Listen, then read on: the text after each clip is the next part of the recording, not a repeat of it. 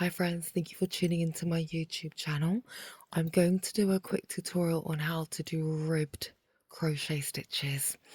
For this demo, I'm using a 3.5mm crochet hook and some white yarn that I've got laying around. So go ahead and secure your yarn as you usually do. I secure mine like this, just by twisting. Chain as many as you'd like. I will chain 5 for this tutorial.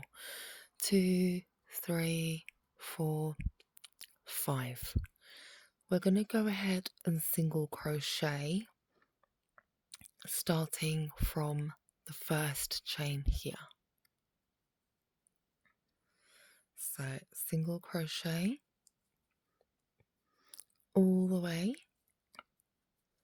to the end.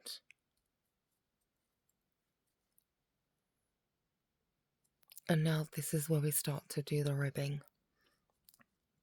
Chain 1, turn the work, and we're going to carry on single crocheting, but we only ever single crochet in that back stitch there,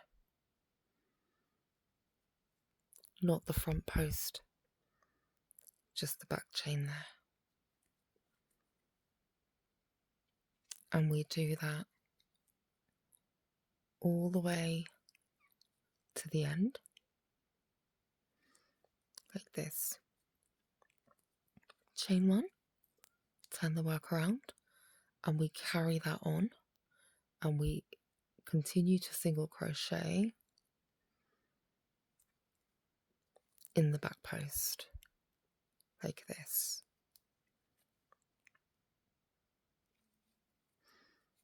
And that literally is how you make rib stitches. The only one thing that I do want to mention is it's really important to start from the first chain. It's so easy to miss the first chain, because you see, when we do a chain 1 to turn the work around, we can confuse this and end up skipping a chain in error. So look, the first chain starts all the way at the end there, and it's so easy to miss that first chain. If you were to miss that first chain, your work simply wouldn't be straight. And I find it helpful to just bend my work forward like this. And as you progress and your work gets longer, again, it's really easy to miss the last chain there.